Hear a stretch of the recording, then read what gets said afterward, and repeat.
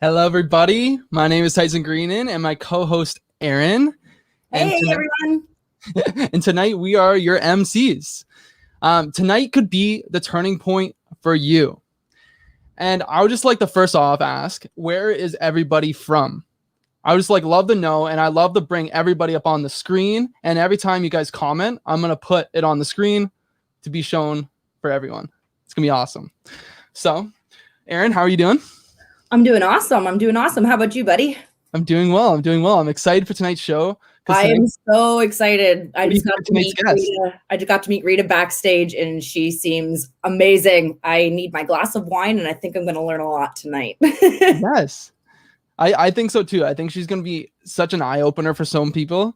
And when I got to talk to her, I absolutely astonished with the things she had to say. I loved it. So I really hope a lot of people get a lot of useful perspectives out there. I think they will, for sure. Yeah. Ooh, look at all the people coming in. Look at all of them. Doug Dane, make me famous. You are, buddy. Here he is. Toronto. All right. What else? Toronto, Cambridge. Ooh, Massachusetts. I like the exclamation. Very nice, Elijah. Proud. So if you guys are new here, I want to introduce you to Doug. Doug's life started with abuse and has turned it into an abundance. And now he's on a mission to show others how they can do the same. Doug and I and Aaron and our team with Sheena created the show because he wanted a platform to reach a lot of people to get unstuck really fast. And Doug discovered that the turning point can happen very fast for you and actually quite simple. Doug spent years trying to figure out how to get ahead, and it was really hard. It took him a long way. But it doesn't have to be that way for you tonight. Tonight, there's a better way. Tonight could be your turning point. So let's not make him wait, and let's introduce Doug. Doug? How's it going? Aaron? Hey, buddy. Listen, don't make me wait. It's my show, right? It is your show. I don't want to steal your spotlight. Well, thanks for the introduction. It's good to be here. Elijah, my friend, hello. I saw you pop on there. He's a good man. I met him, didn't meet him while we talked by phone. He's a good man. He's got a story too. So I'm glad others are out there watching. So I want to thank you for coming on tonight. If you're live here with us, welcome. If you're watching the replay, thanks for watching. And I say this every week. I wanted to create this show because there's so many people out there that they're looking for help. They don't know where to turn. They're all over the place. They're going down that road. They're going down this road. They're buying this book. They're buying that. And they're all searching for answers. And what I discovered is that it doesn't have to be as difficult as you're making. I was making it very difficult. And so I have lots of people contact me. I mean, my phone goes off all day long. A lot of people contact me asking me, can I talk to you? Can you give me some advice? They'll send me a message. They'll share their story or whatever it is. And I was talking to my mentor, Bob Proctor, and he said, Doug, I don't have a lot of time. He said, I can't help everybody. I can't be there. I can't talk to everybody that I'd like to talk to. And I can't either, but I'd like to. I wish that I could talk to each and every one of you. I wish I could talk to you right now and talk to you about what's going on for you. But I can't. And so together with Tyson and Aaron and the team, we came with this concept where maybe this would be a way where I could be accessible to help you, and you could ask questions.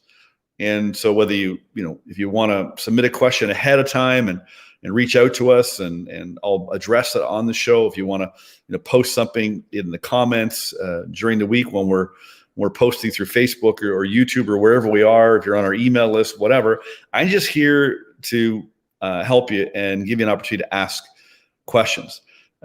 What I've learned is through my experiences while I was going through some very difficult times and a lot of struggle and pain, I was studying at the same time. I was trying to figure out human behavior, my own behavior especially, but really understanding what was causing me to do what I was doing and what was causing me not to do the things I knew that I could be doing. And I figured all that out. I spent a lot of time, I spent a lot of money, a lot of pain, a lot of suffering, a lot of struggle. And I realized it didn't have to be that way at all. And so I created this format, and we're just going to keep going. It's our 10th show, and we've got really big plans. And so I hope that you enjoy it. I hope that you'll reach out and ask for help.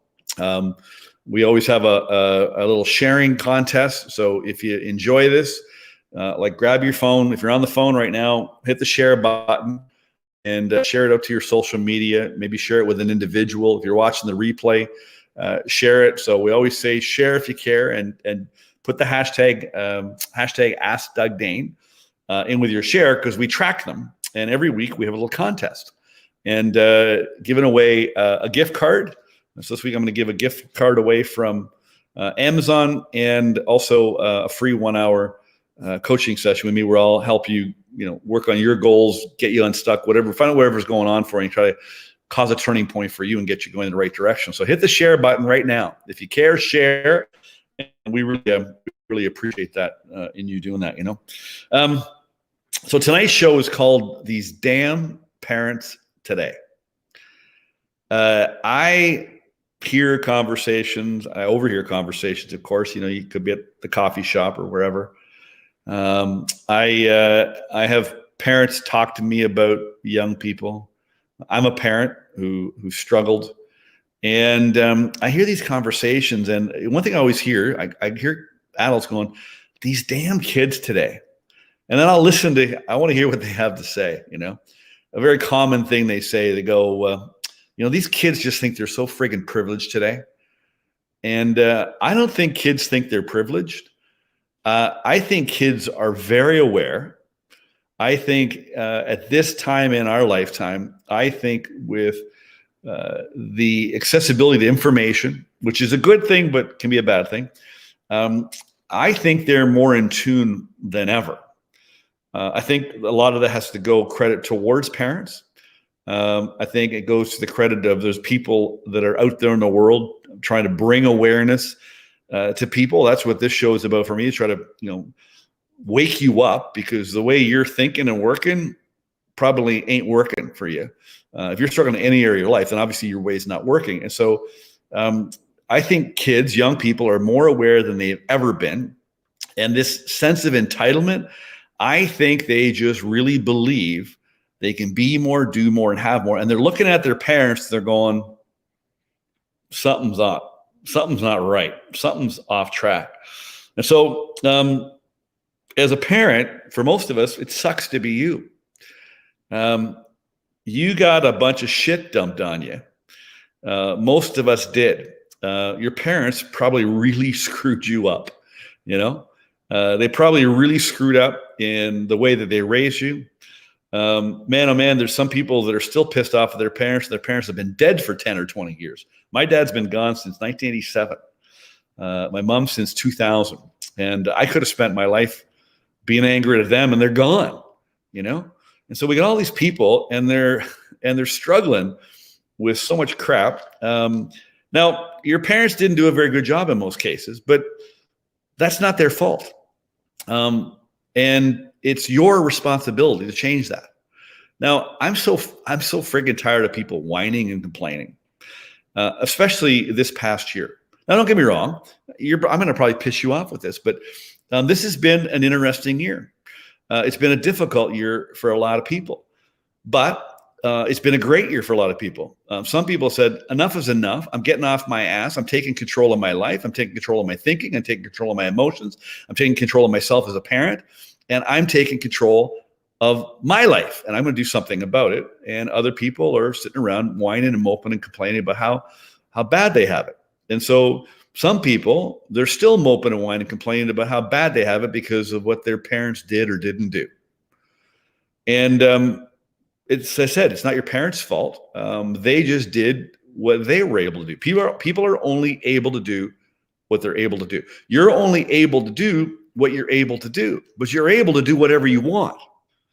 You can literally do whatever you want. Now, if you don't believe that, that means you're ignorant. You just don't understand. Or you're stupid. You're ignorant or stupid. So either you don't understand, you don't have the awareness, or worse, you do have the awareness and then you're doing stupid things. And so I think you got to take responsibility for your life. And so tonight I want to talk about these damn parents, because I don't think it's the kids that are the problem. It's the parents that are the problem. When your little child arrived on this earth, they were absolutely perfect. Perfect in every way. Created in God's image, absolutely perfect. The biggest lie that you were ever told as a kid was nobody's perfect. That's bullshit. You're absolutely perfect. You may not do perfect things. You might have been raised perfectly. Okay. You might be a good person. Maybe he's done some bad things, but we're all perfect in the image of God. And when we arrive here as kids, our minds are perfect. They're wide open. They're perfect intuitively, intellectually, spiritually. They're absolutely perfect when they arrive. And then we screw them up. We screw them up with our beliefs, our rules, our values, our parenting styles, that all we did was just inherit them.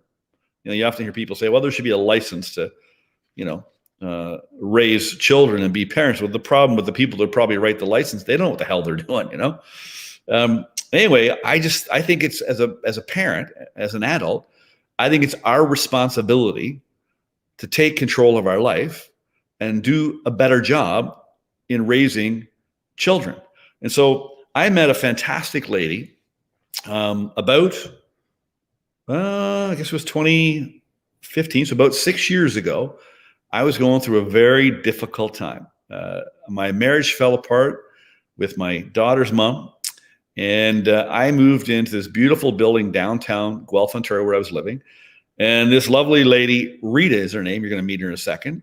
She owned this building, and I rented from her. And we got to know each other a bit, and we started talking and things. And anyway, we were sitting down one time, I guess late last year, and we got into this conversation. I just love her attitude. I love her spirit. I love her strength. I love her awareness and her knowledge, and I love her kindness and her heart and her passion to wake freaking people up. And so I said, I want to bring her on the show. Anyway, I was driving along a few weeks ago, and sure enough, like I get a call probably 3 times a week.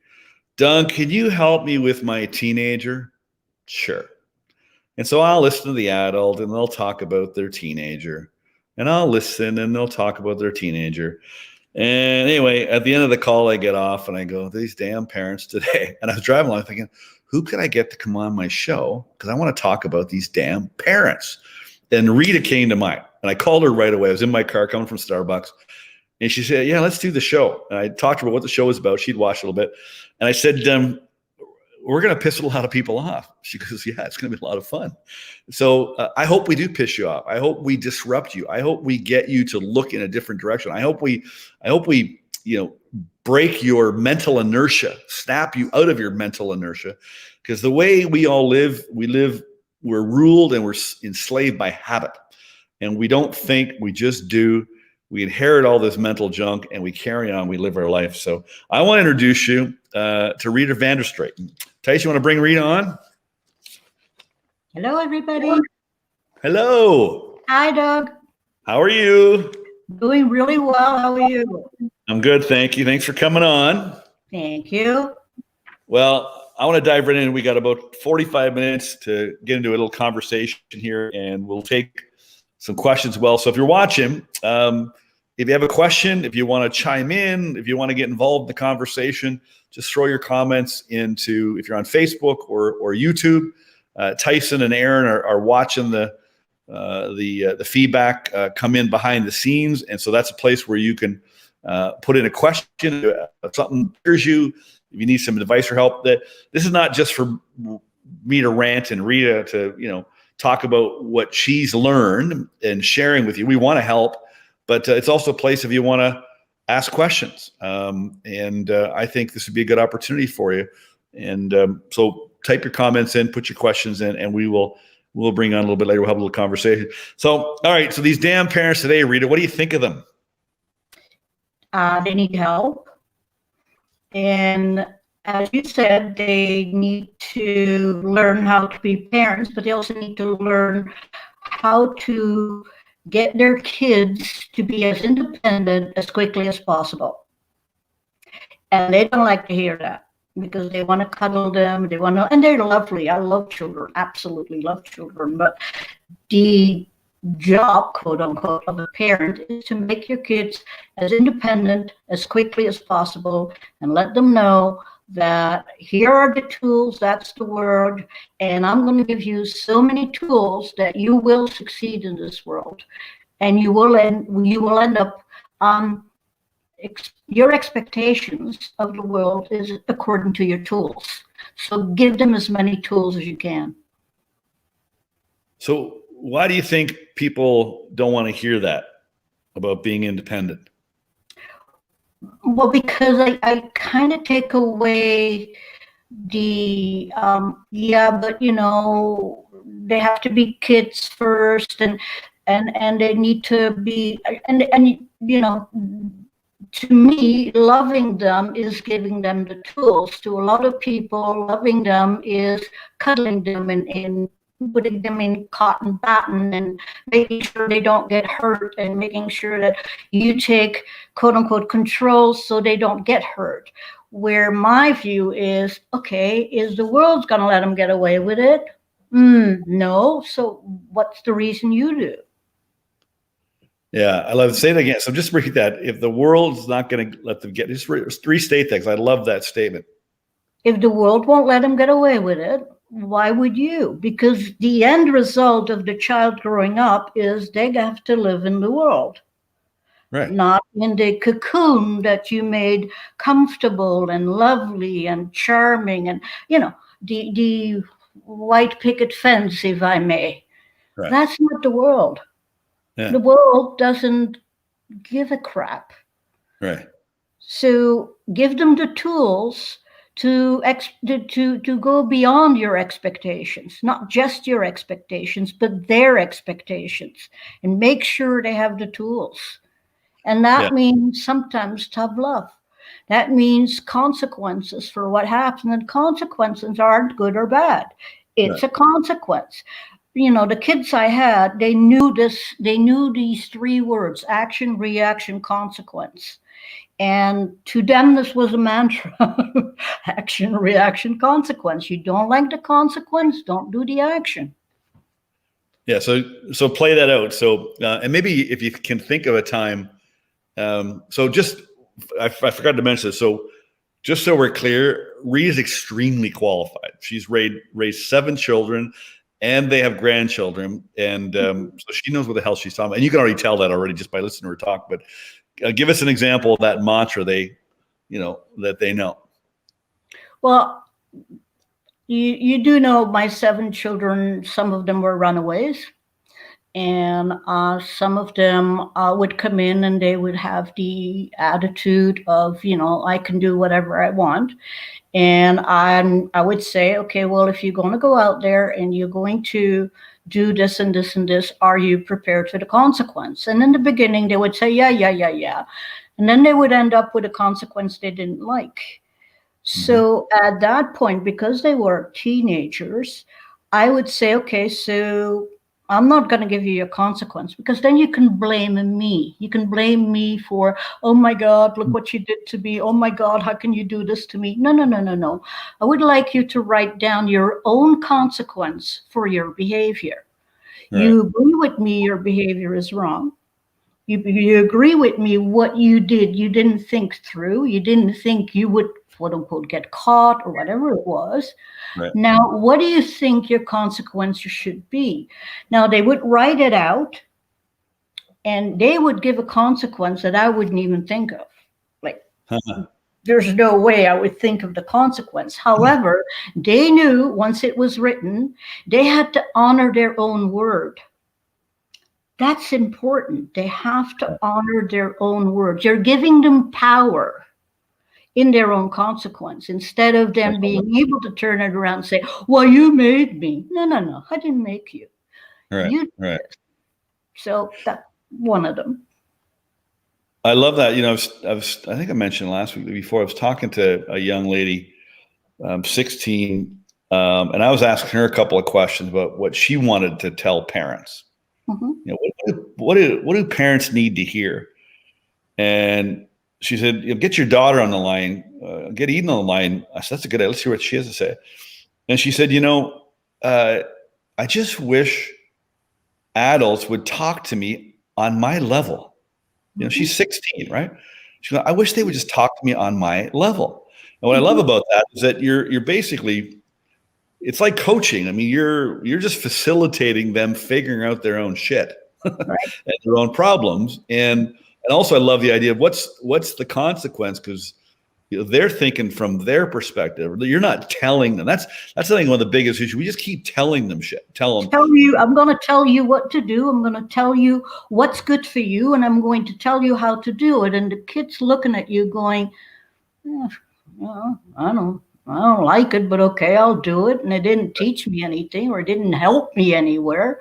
Yeah. So then it's taking power away, and all you want to do is give them power of choice, give them power of their own life. Like, my shortest way of looking at parenting and children is children know how to be children, and they're going to push the boundaries. That's their job. Your job is to know when they're ready to pass those boundaries. That's your job. And if you don't let them find out what the world is all about, if you do not give them that, it's not a freedom. It's a, let's go find out if you can handle that. And if you cannot handle it, I'll be here. Let's talk about it. Let's see what other tools you need. It's interesting as you're talking, I'm thinking,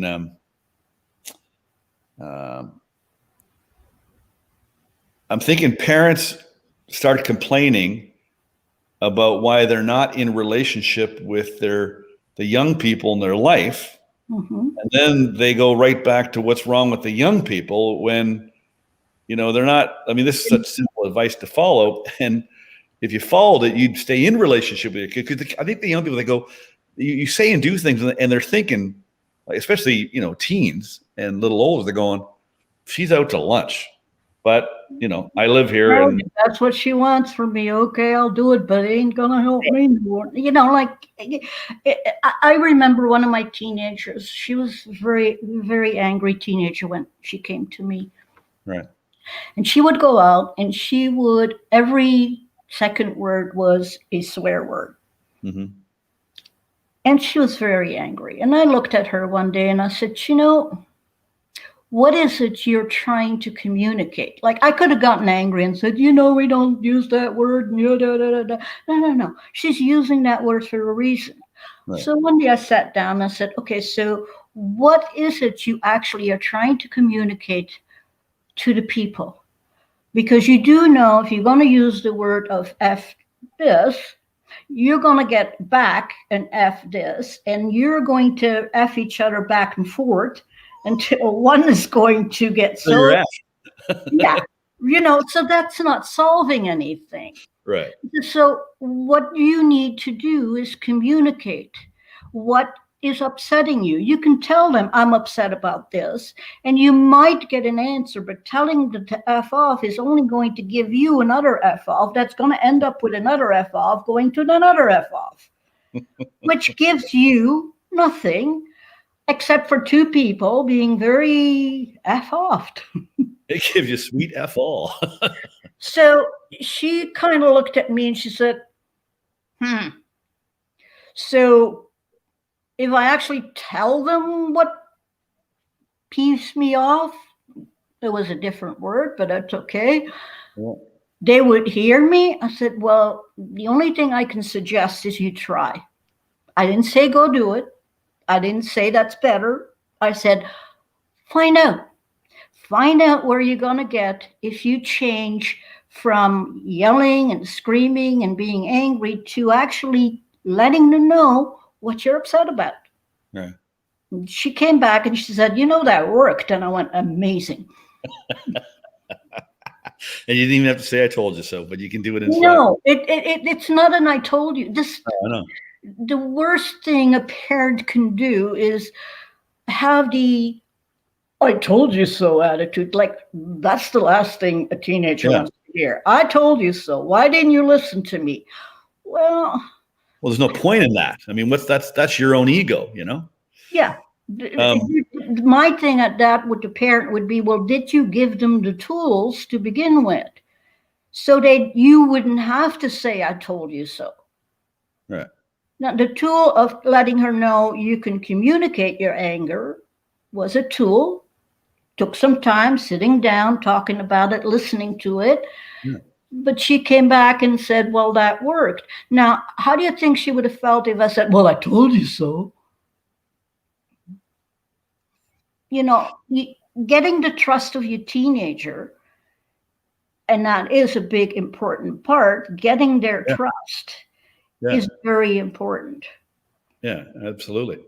As you're talking, I'm thinking, so I primarily work with, adults and parents, but I work with a lot of young people too. And one of the biggest challenges they face in work, in business, in relationships, and I did it as well, but I decided I was going to learn to face it, and that was conflict. Mm-hmm. Conflict resolution through communication, objective, unemotional communication, stick to the facts. Mm-hmm. But as you're talking, I'm thinking, like, that's all it really takes is have a conversation like you would with anybody else. But then I got thinking, now, you know what? There's probably a lot of adults that aren't real great at even having conversation with adults. True. And that probably started when they were kids because the adults weren't listening to them and they didn't learn how to communicate, Communication is the key word. And communication is also communicate the facts, not the story. Right. Because people like to communicate a little bit of the facts and a whole lot of story. Yeah, exactly. Well, the facts get lost in the whole lot of story. So teenagers, they don't really have that big story yet. They're very blunt. Teenagers are very blunt. Mm-hmm. And they're in the process of learning how to communicate effectively. Right. So as a parent, the best thing you can do is to give them the tools, communicate effectively. Critical thinking is part of that. Right. Absolutely. Yeah, I love that. So that leads me to the next question. I'm kind of bouncing around my list of questions here, but I feel like parents need to change their perception on their role in their kid's life, how they concern themselves with what their kids think of them. What are your thoughts on that? And what do you think some of the biggest mistakes parents make? Of you? Like so many parents are worried what their kid thinks of them, and do they love? You're not there to win a popularity contest. That's not your job. Right. As a parent, that's not your job. Right. Your job is to give them the tools to be the most successful adults they can be, to enjoy who they are, to have the self-confidence to be who they be. Not, I had my teenagers. I'm not sure if I'm able to say this on your show, but they would call me a bee. And I would look at them, a bee, and I would look at them and I actually got that from my mom because I would turn around and tell my mom off too. And my mom just looked at me and she goes, oh, good, I'm doing my job. Right. Yeah. She didn't care whether I, quote unquote, would call her off. Her job was to make me into a self-confident, quote unquote, a young lady at the time, which she did. And her job was to make sure I knew she loved me no matter what. However, she also gave me the tools to become who I am, which I'm very happy I am. I'm very happy you are who you are. A lot of parents say that they don't care what their kid thinks. Yeah, they do. They do. Another set of calls I get often is, I've had adults call me. I remember a guy called me one time, and he was still struggling with his adult son and daughter, Mm-hmm. and they were pissed off at him. I said, how old are these kids of yours? Mm-hmm. He goes, oh, one's 32 and one's 36. Oh, And I will tell you, worried about what they're thinking.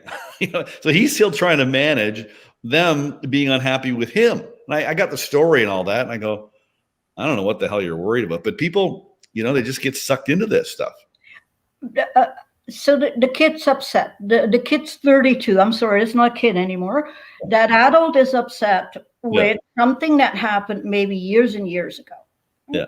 Okay. So first of all, do not have the expectations that your kid's going to love you after all these years and not going to blame you. If you start off with that expectation, we all know what's going to happen.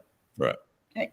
So just sit down and quote unquote start a communication and say, I understand you're upset. What are you upset about? Listen. Yeah. And they say, well, you were a really bad parent and da, da, da, da, da. And let them rant and rave and say, so how would you be able to change that? How would you be able to change that into something that would help you in life? Right.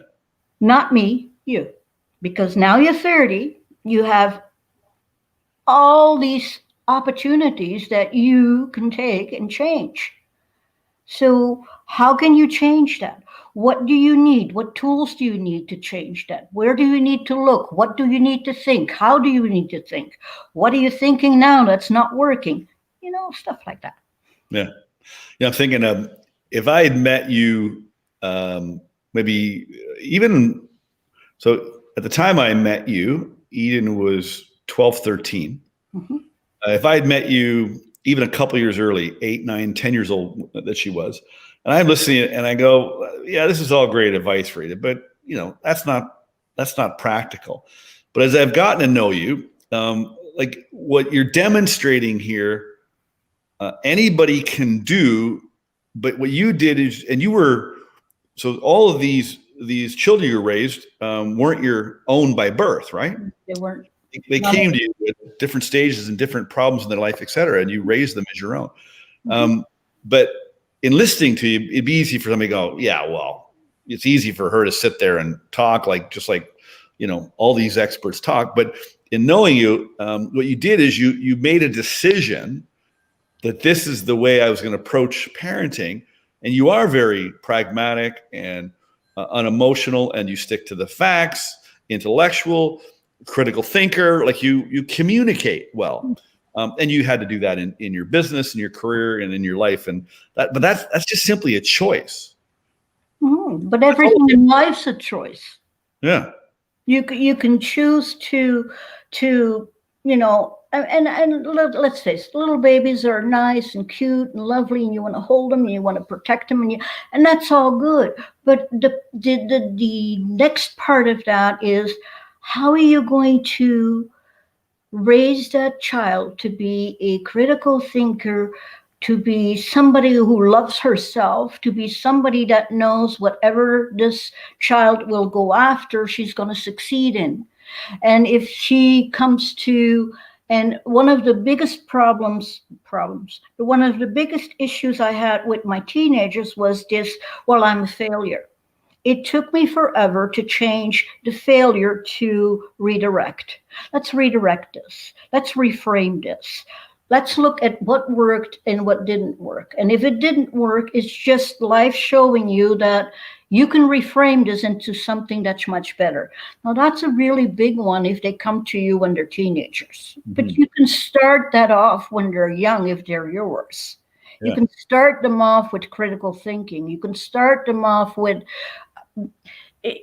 liking themselves for being able to do critical thinking. Yeah.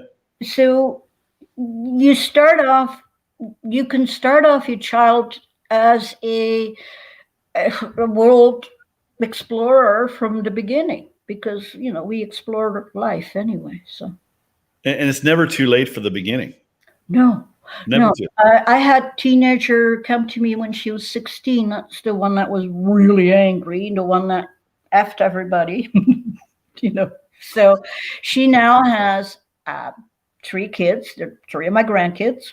Yeah. And doing really, really well. She pulled herself up. She understood. She still gets angry once in a while, but she has tools to get to pass the anger. Because the anger, as we all know, is the reptilian brain, the frontal cortex not working anymore. So, but she knows what to do to get out of it. It took a while for her to start reframing it, because she had 16 years of anger and explosion. I'm angry and I'm going to make sure the world knows it. And the world knows it. And now what? Yeah. How do you move forward? How do you get from A to B? What are you after? Did the anger get you there? The questions they have to ask them, questions they need to answer. And if they don't find the answer, say, okay, so how can I help you to help yourself? Basically, that's a parent's job. How can I help you to help yourself? Not how can I do it for you? And you do that through questions, not by telling them. You don't tell them what to do. You ask them things. Yeah. It's I think I told you, it's the same thing as when I hear parents tell their children when they're younger and they hit their brother or their sister, and afterwards they tell them how bad that is and you shouldn't do that and don't worry. And then I hear them say, now go say sorry to your brother. Really? Okay, how about saying, do you think that maybe you should go say sorry to your brother? What do you think? Do you think that's okay? I mean, at a certain age, at 2 years old, that's not going to go in. Right. At a certain age, you say, okay, do you think that maybe saying sorry to your brother might be a good idea? At least you give them the choice of saying, well, I don't want to. Okay, and what would be your reason? What would be your reason you don't feel like the apology is the right thing? And what is the right thing? So you have to be interacting with them all the time. It's not okay to say, go say sorry to your brother or your sister, and then that's it. Relationship. Hey, Tyson, what's going on? Tyson? I've been loving what's been talking about, and the chat has also been loving it. But I'd love to get to some questions if you guys are up for it. Go for it. If people have questions, I don't want to take questions tonight, Tyson. No, I'm kidding. Yeah, totally. Okay. Cool. Yes. So we got one from Emily Trenchard. If a person has grown up to believe that they are not entitled to taking accountability for their own destruction in other people's lives, would you blame them, the parents, or the grown-up child? The person's grown up to believe. Let me say that again. Oh, sorry. There you go. Person's grown up to believe they're not entitled to take. They're not entitled to take accountability, so they don't feel that they have accountability. It's not up to them for their life. Is what you're saying? Yeah, I'm just reading this. A person's grown up to believe they're not entitled to taking accountability for their own destruction of other people's lives. You then blame the parents or the grown-up child. I'm not quite sure I get the question. Can we reframe this, please? Yeah.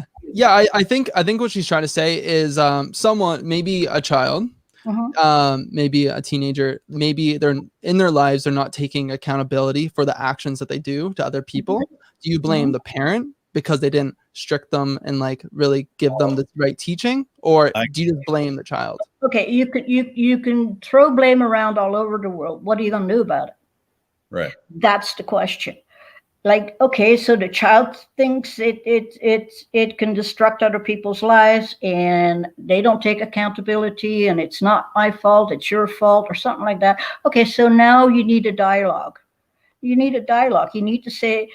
to look at this person and say, okay, so where do you feel you do not have any accountability, and how come you feel that way? Questions are a very important part of this whole thing. And, the answer is not going to come right there and then. The answer will probably well, that's none of your effing business, and I don't want to talk about it. And so patience is part of this. It really is. Yeah. Especially at a certain age when they're young, it's much easier. such as my grandkids. When my grandkids do something, one of the grandkids are twins, and when they do something wrong, they right now if they're here, all I got to say is, "Would you like to write a story about that?" And they're go, "No, we're fine, we're fine." and the reason is simple. When they did something that they didn't react. It was like action, and I would look at them and they'd be angry. And I said, "So did you get what you were after?" "No." I said, "Okay. So what did you do that it didn't work out?" "Well, I wanted a toy. She didn't want to give it to me." "Oh, okay. So did you ask her for the toy?" "Well, no." "So you took the toy?" "Yeah." "Okay. So how about next time we try asking if you can get the toy, because after all, it's her toy." "Oh, well, what if she doesn't want to give it to me?" I said, "That's a possibility. So then you kind of need to learn to negotiate." Big word for kids, negotiate. But you're starting them off young to learn words that they're going to need to use later. Right. So what I make them write down is what outcome did you get and what outcome did you want? What outcome were you after? What did you do that didn't work? And what could you possibly do that might work? Why don't you write that down? It's the beginning of critical thinking. Yeah, you're making them think. Yeah, you did something, it didn't work out. Now redirect, like think of something that might work. Right. Not necessarily going to work out that way. And if that doesn't work out, okay, let's try something else. Yeah. So right now, when I say, "Would you like to have 5 pages on that?" They go, no, we'll figure it out. Okay, then. And they're going to use that when they have kids. And hopefully they will. They probably will. It's effective. When parents want to give kids consequences, if you give a kid a consequence that you cannot keep up, don't give them the consequence.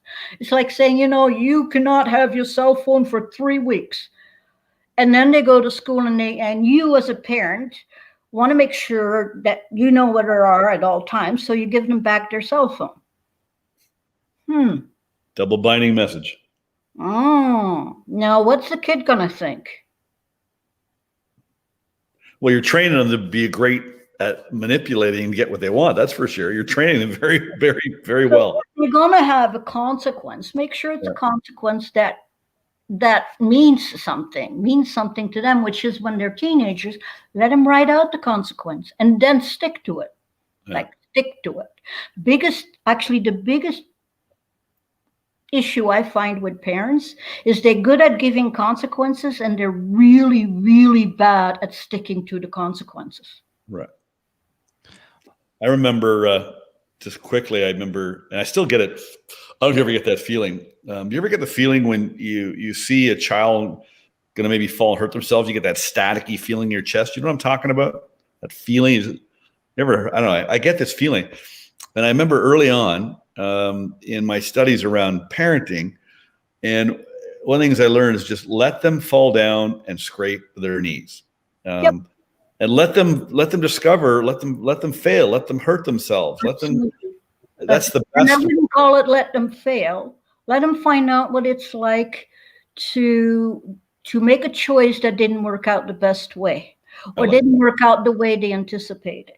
Right. And it's the same thing with adults. It's the same thing with kids. If you tell them, riding a bike, and watch out, you watch out to put this on and that on, and don't do this and don't do that. And then, when they fall, look it over and say, "Okay, did you get hurt? No? Okay, go on and try again." These days, parents don't do that. No. We have to make a big to-do about a child falling off a bike or something. So they're going to hurt themselves. Right. Okay. Part of life, you're going to hurt yourself. How are you going to move forward? Teach them from the beginning. Yeah. You know, Yeah. parents can warn you and say, if you're going to do that, you're going to get hurt. One of my grandkids decided that was going to, she was looking at me cooking and she said, touch. And I said, that's going to hurt. I was there. I said, you're going to touch. That's going to really, really hurt.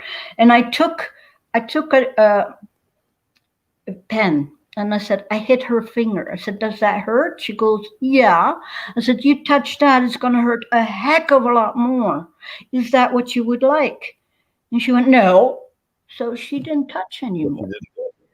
It was a little, I didn't, for anybody thinking I hurt her, I didn't. It was just a little, that didn't feel comfortable. Yeah. That stove was going to be twice as bad. You still think you want to touch that. Yeah, it's all back to the words you keep using. Thinking, critical thinking as a parent. Just think and communicate and redirect. And parents don't, unfortunately, have sometimes the same, they have the habit of reacting, not responding. Yes. Walking away, and I remember walking away of one of my teenagers who did something really not okay. And I was very upset. I just looked at her and I said, right now, I'm going to walk away. I need to find my center, or I need to feel okay to talk about it, because what's going to come out of my mouth is not okay right now, neither for you or for me. So you go to your room. I'm going to go to my room. This is not a punishment. This is not anything else, but I need to find my way to talk about this. And I went to my room and I sat and talked. I thought about it. And then when I was ready, I went to her room and said, you want to talk about it? And she went, I'm not ready. And I went, okay, when you're ready, I'll wait for you. Right. So it's a matter of respecting that they're not ready either. Mm-hmm. Yeah. Yeah. We talked about that the other day. I remember that. In fact, I used that after we talked, I think, because Eve and I were, something was kind of bugging each other a little bit. And I just kind of walked away, and then she went upstairs and I went upstairs and I said, hey, listen, before I go to bed, I want to talk to you about kind of what I'm thinking. Are you okay to talk? She goes, nah, not really. I said, all right, we'll talk tomorrow. Mm-hmm. Because I remember you saying, like, you don't force the kid. Now sit down, we're going to have a conversation. Like, all you're going to get is a really peeved off teenager that feels that she doesn't have, or in your daughter's case, she doesn't have any power whatsoever, because now you're over it. So therefore she has to be over it. Doesn't work that way. If you want your kid to grow up to be a healthy adult, then treat them as a healthy adult would treat another adult. It's not that complicated. Tracy, you have a question for us? Yes. I have a really cool and interesting question from YouTube. My 2-year-old hits me and herself when she wants attention. What do you suggest? Well, go down to her level as she hits, and just go down to the level and say, what's the reason you're hitting yourself and me? There's a reason. There's a reason. I don't like you. I don't want to eat. It doesn't matter. The reason, find out the reason. Find out the reason and then solve the reason with the child at her level, at a 2-year-old level. But go to her level, like sit on your knees, look it down, and not while she's hitting you, after her hitting, just go down and say, okay, what was your reason for doing that? Is there something you would like to tell me? Is there something that we're doing that's not working? Like, what is it? I mean, they're communicating something here. So what's the communication? So basically give them a voice, is what I'm saying. Give them a voice. Don't always say, well, that's bad. Yes, it is bad. Hitting your parents is bad. The kid's not going to listen about that. Ask the kid, what's the reason you're hitting mommy? It's not okay. It's not okay to do that. So if you need to communicate with me, what else could you be doing? What is it that you need from me? Like, at 2, you can ask those questions, You can. Yeah. but come to their level. It's very important not to stand up there and asking them that. It's very important to get down to their level so they can see you eye to eye, so that they actually understand you're listening to them. The thing is, the kid needs to feel you're listening to them more so than the words. Mhm. But the words are important because that's how you start them thinking critically. You know what comes to mind, Rita? I'm thinking as you're talking. You know when the communication seems to break down for parents is when the kids have the ability to start communicating. When a little baby's crying because it's got a poopy diaper, a wet diaper, or it's hungry, we go grab the baby and we feed the baby and we change the diaper. And as soon as the kid starts communicating through verbally, specifically as an example, then all of a sudden our communication skills break down. What might help people is to think of the fact that what if you didn't have the ability to communicate the way you would like to, and only had a very short vocabulary, and you need to talk to somebody who doesn't understand you. What do you need to do to get through? Well, that's the kid. It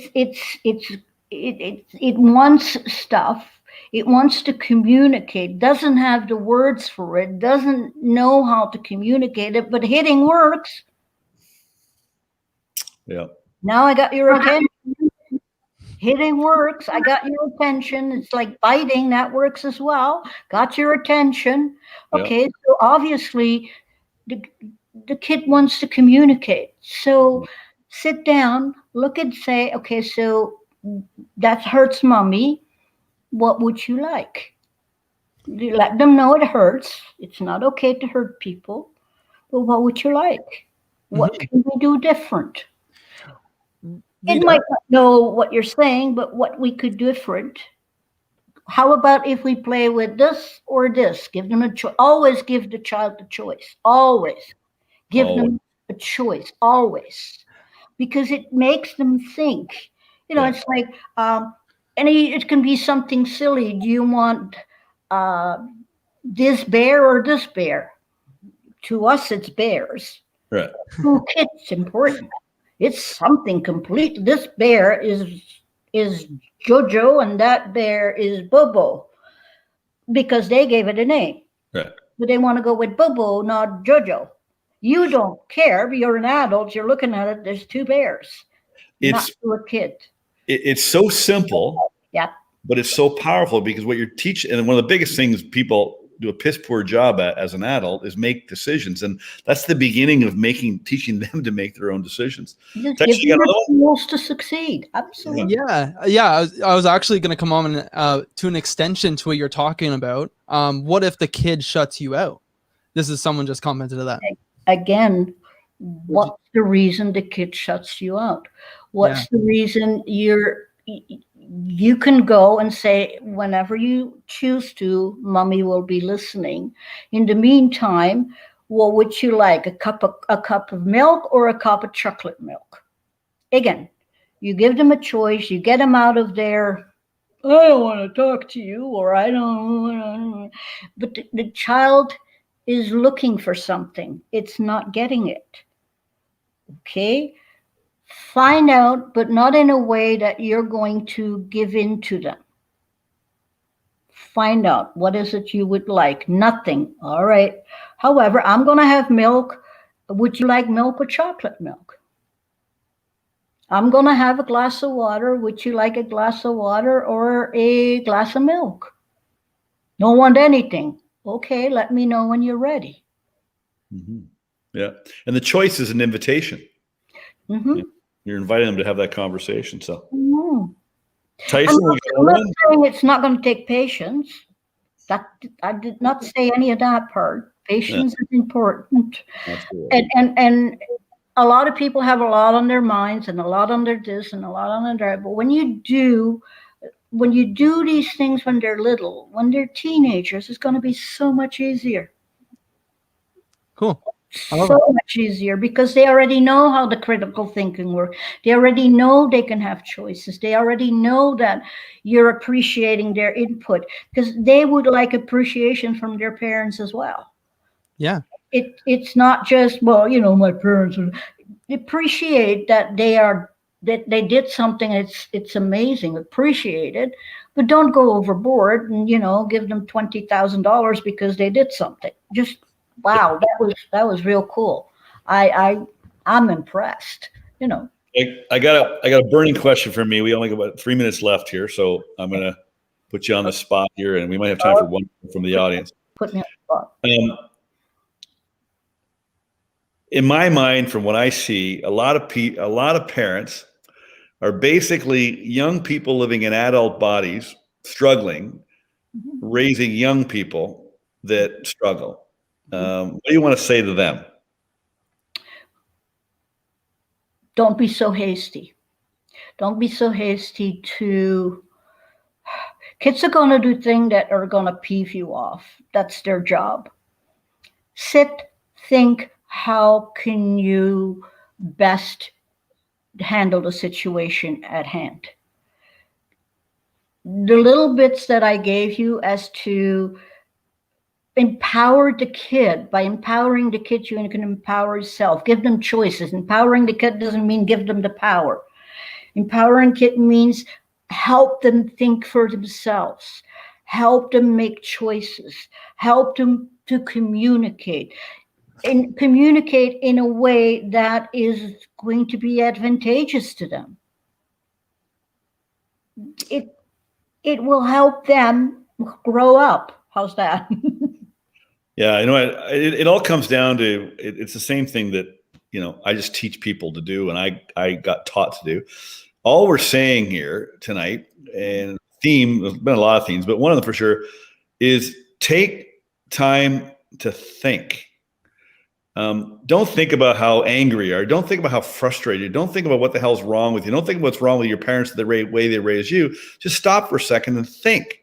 Even in the moment, you know, like you could be with your teenager or young person and things can be going on. You could just stop and think. And if you stop to think, you won't react. You won't snap. You won't yell. You won't do anything. Like Rita, she had to think. She goes, this is really bothering me right now.